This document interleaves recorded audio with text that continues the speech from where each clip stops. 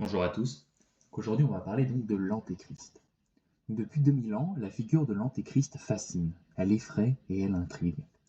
On le retrouve dans les textes religieux, les films, la philosophie, mais même dans la politique moderne.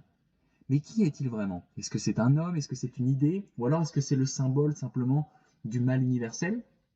Dans cette vidéo, on va voir un petit peu l'histoire, la théologie, les représentations de l'Antéchrist pour comprendre en fait ce qu'il signifie et pourquoi il continue de nous obséder aujourd'hui. Donc déjà, il faut le définir. Qu'est-ce que c'est? Donc ça vient du grec antichristos. Anti, ça veut dire contre à la place de. Autrement dit, l'antéchrist, c'est celui qui s'oppose au Christ ou celui qui veut le remplacer. C'est la figure du mensonge spirituel, de la séduction du monde et de la perversion du vrai.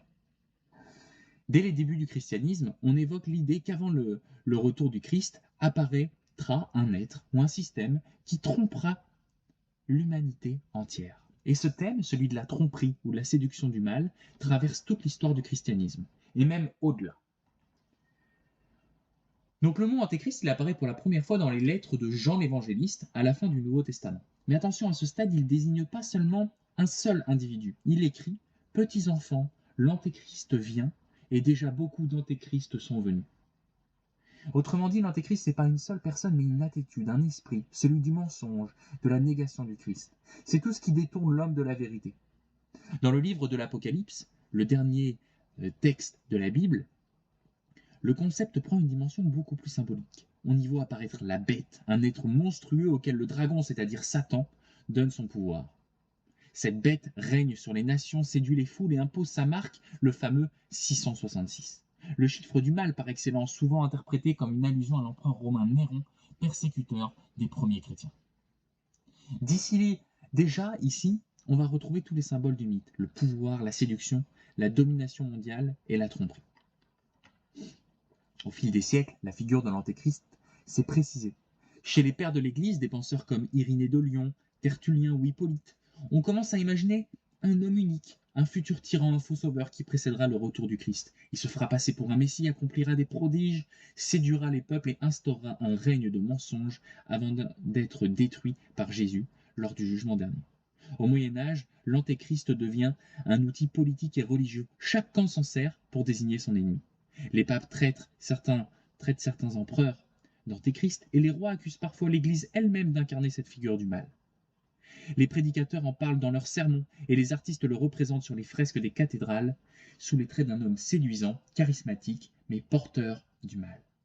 Pendant la Réforme au XVIe siècle, la tension atteint un sommet et les protestants appellent le pape comme étant l'antéchrist, symbole de la corruption de l'Église. Et en retour, les catholiques accusent Luther et les réformateurs d'être eux-mêmes des antéchrists. La figure devient un miroir. Chacun y projette le mal qu'il voit chez l'autre. Avec le temps, l'antéchrist, il va quitter la théologie pour entrer dans la culture populaire. Il devient un personnage symbole, un archétype du mal amoureux, du mal absolu. Dans la littérature médiévale, Dante, dans la Divine Comédie, fait allusion à un futur antéchrist. Plus tard, dans le roman russe Le Maître et Marguerite de Bulgakov, Satan visite Moscou et révèle la corruption morale de la société soviétique. Au XIXe siècle, l'idée de l'antéchrist inspire aussi les penseurs romantiques et les écrivains mystiques. Et bien sûr, au XXe siècle, l'antéchrist envahit le cinéma. Des films comme The Omen, Damien ou The Exorcist mettent en scène l'enfant du diable, le futur maître du monde, le faux messie charismatique. Dans ces versions modernes, l'antéchrist n'est plus seulement une figure religieuse, il devient un symbole de la domination du mal sous des apparences séduisantes: pouvoir politique, richesse, beauté et technologie. Mais la figure de l'antéchrist ne se limite pas à la religion, elle a inspiré des lectures philosophiques. Le cas le plus célèbre, bien entendu, est celui de Nietzsche, dans son livre L'Antéchrist, écrit à la fin du XIXe siècle. Mais attention, Nietzsche ne parle pas d'un démon, ni d'un ennemi du Christ au sens religieux. Pour lui, l'Antéchrist, c'est une idée. C'est l'homme qui se libère de la morale chrétienne, qu'il juge responsable de la faiblesse et du renoncement de l'humanité. Son Antéchrist, c'est le surhomme, celui qui ose dépasser la morale de la pitié et de la soumission. Autrement dit, c'est une inversion complète du mythe. Nietzsche retourne le concept pour en faire un cri de révolte. D'autres penseurs, comme Carl Jung, voient dans l'Antéchrist le reflet de l'ombre du Christ. Pour Jung, chaque symbole lumineux a son côté obscur. L'Antéchrist, c'est le complément nécessaire du Christ. Il représente la face cachée de l'humanité, celle qui refuse la lumière, mais qui en révèle la profondeur. C'est une lecture psychologique du mythe. L'Antéchrist n'est pas un être extérieur, mais une part de nous-mêmes. Dans la théologie chrétienne, l'Antéchrist est souvent lié à la fin des temps.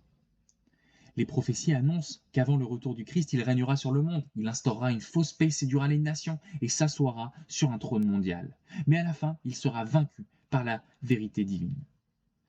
Dans d'autres traditions religieuses, on retrouve des équivalents. Dans l'islam, le Dajjal est un faux messie borgne qui trompera les hommes avant d'être vaincu par Jésus lors du jugement. Dans le bouddhisme, c'est Mara, le tentateur qui essaye d'empêcher Bouddha d'atteindre l'éveil. Et dans l'hindouisme, la période actuelle du monde s'appelle le Kali Yuga, une ère de mensonges, de corruption et de déclin spirituel. Toutes ces traditions disent en réalité la même chose. À la fin d'un cycle, le mensonge triomphe avant que la vérité ne revienne. Aujourd'hui, le mot antéchrist, il ne désigne plus un être surnaturel, mais il continue d'exister sous d'autres formes. Certains y voient une figure politique. Des dictateurs comme Hitler ou Staline ont été qualifiés d'antéchrist, non pas parce qu'ils se présentaient Dieu, mais parce qu'ils incarnaient le pouvoir absolu et la destruction morale. D'autres y voient une figure technologique, le monde moderne dominé par les tyrans de l'intelligence artificielle, la désinformation, la perte du sacré, qui serait une sorte de règne de l'antéchrist. Un monde où le faux remplace le vrai, où l'image remplace la parole, où la séduction remplace la vérité.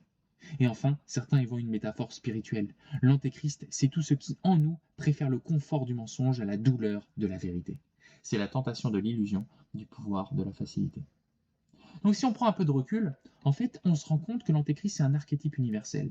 C'est la figure du faux sauveur, du séducteur, du manipulateur, celui qui promet la liberté, mais qui apporte l'esclavage. Celui qui parle de paix, mais sème la division, celui qui brille d'une lumière, mais qui n'est pas celle du soleil, mais celle du feu. Et c'est pour ça que ce mythe continue de nous parler, parce qu'il ne désigne pas seulement un être extérieur, il parle du danger intérieur du mensonge collectif et de la capacité de l'humanité à s'auto-illusionner. Donc en conclusion, qu'est-ce que c'est? Qui est l'Antichrist? Est-ce que c'est un homme à venir, un dictateur, une intelligence artificielle ou le symbole du mensonge qui sommeille peut-être dans chaque être humain? Ou peut-être même un peu tout cela à la fois. L'Antéchrist, c'est l'envers du Christ. C'est l'ombre du bien, la distorsion de la vérité, le visage séduisant du mensonge. Et c'est justement pour cela que le mythe est si puissant. Parce qu'il parle moins du diable que de nous-mêmes. Pour finir, voici une phrase de la première lettre de Jean. Qui est menteur, sinon celui qui nie que Jésus est le Christ? Celui-là est l'Antéchrist. Une phrase simple, vertigineuse, car elle nous rappelle que l'Antéchrist, avant d'être un être à venir, est déjà là, partout où le vrai est remplacé par le faux.